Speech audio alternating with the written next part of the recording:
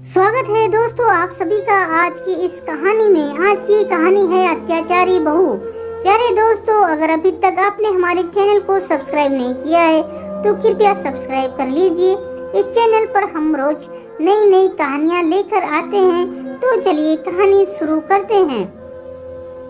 ए बुढ़िया, तेरे हाथों में मेहंदी लगी है क्या? 1 घंटे से बैठी हुई है यहाँ पर, सारा टाइम यहीं पास करेगी क्या? अभी पूरे घर की सफाई भी पड़ी है। सीमा अपनी सास कमला देवी जी की कलाई मरोड़ते हुए बोली। कमला देवी जी डर से करहा उठी। बाहर दरवाजे की आड़ में खड़े कमला देवी जी का बेटा राहुल इस दृश्य को देखकर उसका दिल दहल गया। अपनी पत्नी का असली चेहरा देखकर वह भौचक्का रह गया, क्योंकि उसकी पत्नी उसके सामने उसकी माँ की बहुत अच्छे से सेवा करती थी, उनका बहुत ख्याल रखती थी। राहुल अभी 15 दिन पहले ही शहर से बाहर गया हुआ था। काम जल्दी खत्म हो जाने के कारण वह 1 हफ्ते बाद ही घर की तरफ वापस चल दिया। आते समय बहुत खुश हो रहा था कि घर जाकर पत्नी और माँ को सरप्राइज दूंगा, लेकिन घर पहुंचकर उसने जो कुछ देखा उसे देखकर तो वह दंग रह गया। अपनी पत्नी को अपनी बूढ़ी माँ पर जुल्म ढाते हुए राहुल बाहर दरवाजे की आड़ में खड़ा देख रहा था।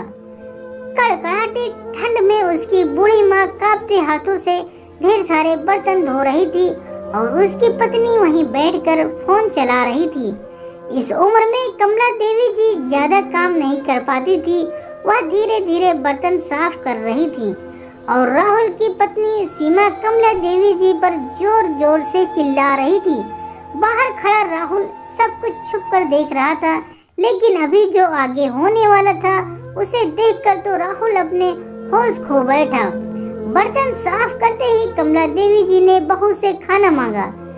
बहू, बर्तन तो साफ कर दिए मैंने, अब भूख लग रही है, खाना दे दो।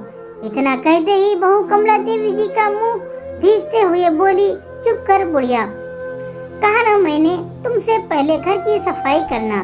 थोड़ा सा काम किया नहीं कि तुम्हें भूख लगने लगती है। जाओ जाकर पहले झाड़ू पोछा करो, उसके बाद ही खाने के बारे में सोचना। बहू, मैं हमेशा से तुझे अपनी बहू नहीं बेटी मानती आई हूँ, तो इतने अत्याचार मुझ पर क्यों कर रही है? सारा काम करवाने के बाद भी तुम मुझे एक अन्न के दाने से भी तरसा देती हो। इस बुढ़ापे में अब मुझसे और सहन नहीं होता। बुढ़िया, सहन नहीं होता तो क्यों पड़ी है यहाँ? जा यहाँ से सड़क पर भीख मांग कर खा ले।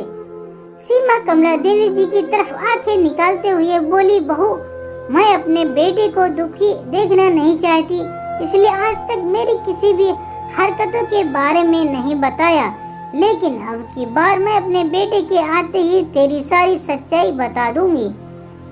वो सब जो तू उसके जाने के बाद मेरे साथ करती है। सीमा ने कमला देवी जी को इतनी जोर का धक्का दिया कि बेचारी कमला देवी जी लड़खड़ाती हुई फर्श पर गिर गई। तेरी इतनी हिम्मत बुढ़िया कि तू अपने बेटे से मेरी शिकायत करेगी? रुक, तुझे तो मैं अभी बताती हूँ। बुढ़िया सीमा कमर में पल्लू घुसकर जैसे ही कमला देवी जी को मारने चली, राहुल भागकर अपनी माँ की तरफ दौड़ा और उसे उठाकर अपने सीने से लगा लिया। अचानक घर आए पति को सामने देखकर सीमा के चेहरे की हवाइयाँ उड़ गईं। सर्दियों के मौसम में भी उसके माथे से पसीना छूट रहा था। वह हड़बड़ाते हुए कुछ बोलती उससे पहले ही राहुल ने सीमा के बालों को पकड़कर उसके गाल पर लगातार कई जोरदार थप्पड़ जड़ दिए। हिम्मत कैसे हुई मेरी माँ पर हाथ उठाने की? निर्लज्ज, मैं तुम्हें क्या समझता था और तुम क्या निकली? तुम्हें जरा सी भी शर्म नहीं आई मेरी माँ पर हाथ उठाते हुए, इन पर अत्याचार करते हुए? अरे कम से कम इनकी उम्र का तो लिहाज कर लिया होता। शर्म आती है मुझे तुझे अपनी पत्नी कहने में। मेरी माँ पर हाथ उठाकर आज तूने अपनी सारी मर्यादाएं पार कर दी है। दूर हो जा मेरी नजरों से। राहुल सीमा को दूर धक्का देते हुए बोला। दरअसल कमला देवी जी अभी कुछ समय पहले ही गांव से आई थी, क्योंकि गांव में उनका घर जमीन कुछ भी नहीं रहा। कमला देवी जी के पति के इलाज में सब कुछ बिक गया था, लेकिन फिर भी कमला देवी जी पति को बचा ना पाई। राहुल ने भी पैसों से खूब मदद की, पिता के इलाज में कोई कसर न छोड़ी। शहर लाकर बड़े से बड़े अस्पतालों में पिता का इलाज करवाया, लेकिन वो भी पिता को बचा ना पाए। पिता की मौत के बाद राहुल अपनी माँ को अपने साथ शहर ले आया था। उसकी माँ ने जीवन में बहुत कष्ट देखे थे, इसलिए अपनी माँ को खुश रखना चाहता था। हालांकि राहुल ने पहले भी कई बार शहर आने के लिए कहा था, लेकिन उस समय राहुल के पिता गांव में रहकर अपनी खेती बाड़ी संभालते थे, इसलिए आने से मना कर देते थे। लेकिन पिता की मौत के बाद अब वही अपनी माँ का एकमात्र सहारा था, इसलिए अपनी माँ को साथ शहर ले आया। कमला देवी जी को शहर तो ले आया था, लेकिन उसकी पत्नी उसकी माँ को देखकर बिल्कुल भी खुश नहीं थी। जब तक राहुल घर पर रहता, एक अच्छी बहू बनकर वह कमला देवी जी की सेवा करती रहती, लेकिन जैसे ही वह काम पर चला जाता, उसकी पत्नी कमला देवी जी पर अत्याचार करना शुरू कर देती। कमला देवी जी का शहर में आकर रहना बहू को जरा भी पसंद नहीं था। कमला देवी जी अपने बेटे से बहुत प्यार करती थी, बेटे में उनकी जान बसती थी। पति के जाने के बाद बेटे के सिवा उनका इस दुनिया में कोई नहीं था। राहुल की पत्नी शुरुआत से ही अकेले रहने की आदी थी, तो अब तो उसे सास के साथ रहना बहुत अखर रहा था। वह हर समय अपनी सास से उठती रहती थी, क्योंकि राहुल ऑफिस से आते ही सीधा अपनी माँ के पास जाता था, बैठकर उनके साथ कुछ पल बिताता था, उनके दुख सुख की पूछताछ करता था। लेकिन कमला देवी जी ने कभी भी बेटे को बहू के बारे में नहीं बताया, क्योंकि कमला देवी जी एक सुलझी हुई औरत थी। हमेशा उन्होंने घर को जोड़ना सीखा था, न कि तोड़ना। वह घर में लड़ाई झगड़ा बिल्कुल भी नहीं चाहती थी, इसलिए बेटे के पूछने पर भी वह कुछ नहीं बताती थी। अपनी माँ के साथ समय बिताना, उनका हाल चाल पूछना राहुल की पत्नी को बिल्कुल भी पसंद नहीं था। बस इसी बात का बदला सीमा कमला देवी जी से पूरे दिन नौकरी की तरह काम करवा कर लेती थी। यह बुढ़िया तो मुझे एक आंख देख ही नहीं भाती। मन तो करता है इस बुढ़िया को किसी ट्रक के आगे धक्का दे दूं, ताकि बुढ़िया सीधे परलोक सिधार जाए। लेकिन इस बुढ़िया का सरवर कुमार बेटा है ना, वह इसे मौत के मुंह से भी निकाल कर ले आएगा। पर मैं भी कम नहीं हूँ, इस बुढ़िया को इतना परेशान कर दूंगी कि ये तो बुढ़िया आत्महत्या कर लेगी, या फिर एक दिन या खुद ही घर छोड़कर चली जाएगी। राहुल अपनी पत्नी को बहुत ही संस्कारी समझता था, क्योंकि सीमा उसके सामने उसकी माँ की सेवा करने में कोई कसर नहीं छोड़ती थी। लेकिन राहुल पूरे दिन घर पर थोड़ी ना रहता था। वह तो सुबह काम पर चला जाता और शाम को घर लौटता था। एक दिन कमला देवी जी भूख से बहुत परेशान हो रही थी। सीमा ने उन्हें खाने के लिए कुछ नहीं दिया था, बस एक बार सुबह चाय के साथ 2-4 बिस्किट देकर दोबारा सीमा ने उनसे खाने के लिए नहीं पूछा। सीमा ने कमला देवी जी से घर का सारा काम भी करवा लिया। दोपहर के 2:30 बज गए, लेकिन अभी तक उसने कमला देवी जी को खाना नहीं दिया था। सीमा का यह रोज का नियम था कि जब तक कमला देवी जी का घर का सारा काम खत्म न कर दे, तब तक वह अपनी सास को रोटी नहीं देती थी, जो कि कमला देवी जी के लिए बड़ी ही मुश्किल थी, क्योंकि उन्हें थोड़ी थोड़ी देर में भूख भी लगती रहती थी। राहुल जब भी अपनी माँ से पूछता कि माँ आपको कोई दिक्कत तो नहीं है, तो कमला देवी जी मुस्कुराते हुए बेटे से ना में सर हिला देती, क्योंकि वह अपने इकलौते बेटे से बहुत प्यार करती थी और उसे कभी दुखी भी नहीं देखना चाहती थी। बेटे के सामने तो कमला देवी जी अपने आंसुओं को आंखों में समेट लेती हैं, लेकिन जैसे ही बेटा काम पर चला जाता है, उनकी आंखों के आंसू नदियां बनकर बहने लगते हैं। और अब तो राहुल के शहर से बाहर जाने के बाद सीमा कमला देवी जी पर खुलकर अत्याचार करती थी, क्योंकि अब उसे किसी का डर नहीं था। एक दिन ठंड की वजह से कमला देवी जी ठिठुर रही थी। कुछ तो बुढ़ापा और ऊपर से ठंड की वजह से उनके हाथ पांव काम नहीं कर रहे थे। कमला देवी जी एक शॉल में लिपटी हुई अपने कमरे में चारपाई पर लेटी हुई थी।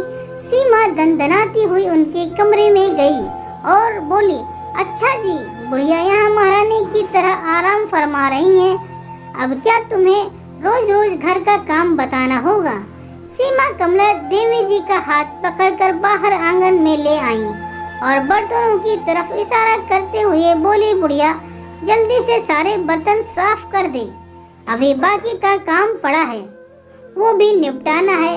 ठंड से सिकुड़ती हुई कमला देवी जी ने कांपते हाथों से ढेर सारे बर्तन धो करके रख दिए। बाहर दरवाजे की आड़ में खड़ा राहुल अपनी पत्नी का असली चेहरा देखकर दंग रह गया। जब कमला देवी जी ने बहू से खाना मांगा तो सीमा कमला देवी जी पर चिल्लाने लगी, बुढ़िया सारा काम खत्म नहीं हुआ कि तुझे भूख लगने लगी। कमला देवी जी बोली, बहू आज तक मैंने अपने बेटे से कुछ नहीं बताया, लेकिन अब मैं चुप नहीं रहूंगी, आते ही अपने बेटे से सब कुछ बता दूंगी। इतना सुनते ही सीमा कमला देवी जी को धक्का देते हुए बोली, तेरी इतनी हिम्मत बुढ़िया की तो अपने बेटे से मेरी शिकायत करेगी, तुझे तो मैं अभी बताती हूँ। बाहर दरवाजे की आड़ में खड़ा राहुल भागकर अपनी माँ की तरफ दौड़ा और उठाकर उसने अपने सीने से लगा लिया। पति को सामने देखकर सीमा के चेहरे की हवाइयाँ उड़ गई। सर्दियों के मौसम में भी उसके माथे से पसीना छूट रहा था। हड़बड़ाते हुए कुछ बोलती उससे पहले ही राहुल ने सीमा के बालों को पकड़कर उसके गाल पर लगातार कई जोरदार थप्पड़ जड़ दिए। हिम्मत कैसे हुई मेरे माँ पर हाथ उठाने की, निर्लज, मैं तुम्हें क्या समझता था और तुम क्या निकली? तुम्हें जरा सी भी शर्म नहीं आई मेरी माँ पर हाथ उठाते हुए, इन पर अत्याचार करते हुए? अरे कम से कम इनकी उम्र का तो लिहाज कर लिया होता। शर्म आती है मुझे तुझे अपनी पत्नी कहने में भी, दूर हो जा मेरी नजरों से। राहुल चिल्लाते हुए बोला, जो औरत मेरी माँ का सम्मान नहीं कर सकती वह मेरी पत्नी कहलाने के लायक नहीं है। और पति पत्नी तो एक दूसरे के पूरक होते हैं, शादी के समय ही एक दूसरे की जिम्मेदारियां में साथ निभाने का वचन देते हैं, एक दूसरे के परिवार के फर्ज निभाते हैं। लेकिन इस औरत ने बहू होने का एक भी फर्ज नहीं निभाया है। इस औरत ने रात दिन तुम पर अत्याचार किया माँ, और तुम भी चुपचाप इसके अत्याचार सहती रही। एक बार भी मुझे नहीं बताया। बेटा मैं तेरा घर तोड़ना नहीं चाहती थी, मैं परिवार में कलेश नहीं चाहती थी, मैं नहीं चाहती थी कि बहू और तेरे बीच विवाद हो, इसलिए आज तक तुझे कुछ नहीं बताया। राहुल अपनी माँ की आंखों से आंसू पोंछते हुए बोला, माँ आपके आगे तो इसकी जैसी लाखों कुर्बान है, नहीं चाहिए मुझे ऐसी पत्नी और ऐसी पत्नी का साथ जिसके अंदर मेरी जन्म देने वाली माँ के लिए कोई सम्मान न हो। सीमा राहुल के पास आकर रोते हुए बोलने को हुई कि तभी राहुल ने उसे दूर धक्का दे दिया और बोला, मुझे छूने की कोशिश भी मत करना, आज मुझे तुमसे बहुत नफरत हो रही है। तुमने मेरी माँ के साथ जो किया उस दृश्य को मैं कभी नहीं भूल पाऊंगा। मुझे तुम्हारे जैसे पत्नी के साथ नहीं रहना। तुम अभी के अभी अपना सामान बांधो और यहाँ से निकल जाओ, मुझे तुमसे तलाक चाहिए। नहीं नहीं राहुल, तलाक दे दोगे तो मैं कहाँ जाऊंगी? राहुल के पैरों को पकड़ते हुए बोली, बस एक बार मुझे माफ कर दो। राहुल गुस्से में बोला, नहीं मैं तुम्हें कभी माफ नहीं करूँगा। सब कुछ बर्दाश्त है, लेकिन अपनी माँ का अपमान मुझे बिल्कुल भी बर्दाश्त नहीं है, और मैं तुम्हें एक मौका देकर दोबारा वही गलती नहीं करना चाहता। मेरा तुमसे भरोसा उठ चुका है। अभी तो मेरी उपस्थिति में ही तुमने न जाने मेरी माँ के साथ कितने अत्याचार किए। अगर कल को मैं ना रहा तो तुम तो इनको जीते जी ही मार दोगी। मैं फैसला ले चुका हूँ कि मुझे तुम्हारे साथ नहीं रहना है। राहुल कमरे में गया और सीमा का सामान उसके हाथों में पकड़ाकर उसे दरवाजे का रास्ता दिखा दिया। सीमा काफी गिड़गिड़ाई, लेकिन राहुल ने भी ठान लिया था कि अब वह ऐसी औरत के साथ नहीं रहेगा जो उसकी माँ की जिद न कर सके। वो अपना फैसला ले चुका था जिसे बदलना नामुमकिन था। राहुल ने उसे एक पल के लिए भी वहां नहीं रुकने दिया। उसने तुरंत उसे घर से बाहर निकाल दिया और कुछ दिन बाद ही उन दोनों का तलाक हो गया। राहुल ने माँ की सेवा और घर के कामों के लिए एक नौकरानी को रख लिया जो कमला देवी जी का खूब अच्छे से ध्यान रखती है। 1 साल बाद राहुल ने अपने साथ काम करने वाली लड़की चेतना से शादी कर ली। चेतना एक सुंदर, संस्कारी, पढ़ी लिखी और सुलझी हुई लड़की थी। उसने आते ही कमला देवी जी की सेवा और घर की सारी जिम्मेदारियों को अच्छे से संभाल लिया। अब कमला देवी जी अपने बेटे राहुल और बहू चेतना के साथ मिलकर हंसी खुशी अपना जीवन जी रही हैं और उधर पूरी बिरादरी में सीमा के नाम के झंडे गड़ चुके थे। आस पड़ोस और रिश्तेदारों को सबको पता चल चुका था कि किस तरह उसने अपने बूढ़े सास पर अत्याचार किए थे। जहाँ कहीं भी उसके रिश्ते की बात होती है, सबसे पहले यही बात सामने आती है। अपने बुरे कर्मों की वजह से आज तक भी वह अपना घर नहीं बसा पाई है। तो दोस्तों, क्या राहुल ने अपनी माँ के खातिर सही फैसला लिया? प्लीज़ कमेंट बॉक्स में ज़रूर बताएं। और दोस्तों, ये कहानी आप सभी को कैसी लगी कमेंट में ज़रूर बताएं और कृपया चैनल को लाइक और सब्सक्राइब जरूर करें और बेल नोटिफिकेशन को ऑल कर दीजिए ताकि अगली कहानी की वीडियो आप तक तुरंत पहुंचे। पूरी कहानी सुनने के लिए आप सबका बहुत बहुत धन्यवाद।